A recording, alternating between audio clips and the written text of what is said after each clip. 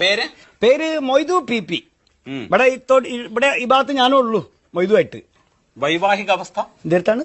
വൈവാഹിക അവസ്ഥ വൈവാഹികോ? നിങ്ങളോടായോണ്ട് പറയാലോ. പറ്റ മോശ. എന്താ?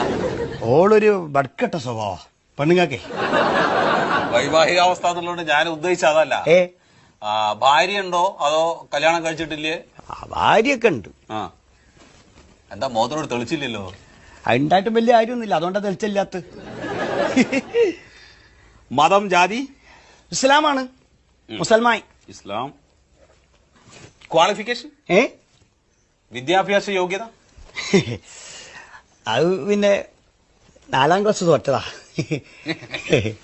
സ്കൂളിൽ പോയിട്ടുണ്ടല്ലോ? പോയിക്കണു, ഉപ്മാവൊക്കെ തിന്നിക്കണ്. അങ്ങനെ വല്ലാണ്ട് കട്ടിയിലൊന്നും എഴുതണ്ടായി. അങ്ങനെ നോട്ടായി പോകാൻ പറ്റിയില്ല, അതുകൊണ്ടാ കഷ്ടപ്പാടൊക്കെ ഇനി.